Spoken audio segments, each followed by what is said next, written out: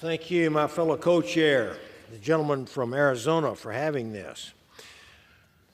Madam Speaker, I rise to introduce tonight's special order. We're going to be discussing Kamala Harris's tenure and her appalling record as the Biden border czar.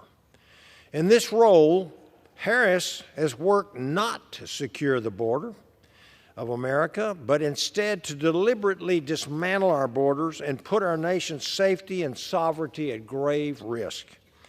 Her intentional negligence has exacerbated the largest illegal alien invasion in history, one probably not seen since the ancient Romans were overrun by the Germanic hordes in the 3rd century, leading to its downfall. An invasion that continues to ravage our communities and our pocketbooks while creating avenues of entry for dangerous individuals who are bent on inflicting harm to Americans and our American way of life. Since 2021, more than 350 suspected terrorists have been encountered attempting to cross our southern border. We know at least 99 illegal alien individuals from the FBI's terror watch list have been released into the United States after being in custody of Customs and Border Patrol. How does this happen? Shockingly, many of these vile criminals are earning their golden ticket into our country through the Biden-Harris administration's corrupt and dangerous CBP-1 app. In reality, an illegal granting of parole, by the way.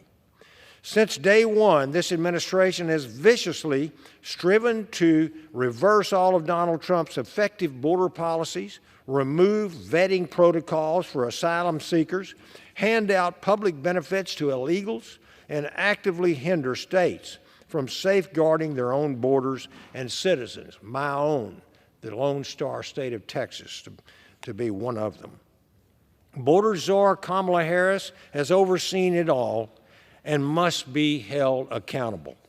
It doesn't take a national security expert or even a policymaker, for that matter, to comprehend that by dissolving our borders, we expose ourselves to countless threats from all over the planet. Clearly, Harris does not care about the consequences of her own policies. In fact, she and the liberal media would rather deny that she ever held the title of border czar. She is using semantics to pull the wool over our eyes, but the American people see right through it. Tonight, you will hear how border czar Harris has failed every state, city, community, and citizen of our country, how her reckless policies have led to the death or victimization of countless Americans at the hands of the illegal aliens that she has funneled into our nation, and how communities and families have been devastated by the costs and deadly drugs being smuggled across the border. Madam Speaker, make no mistake about it.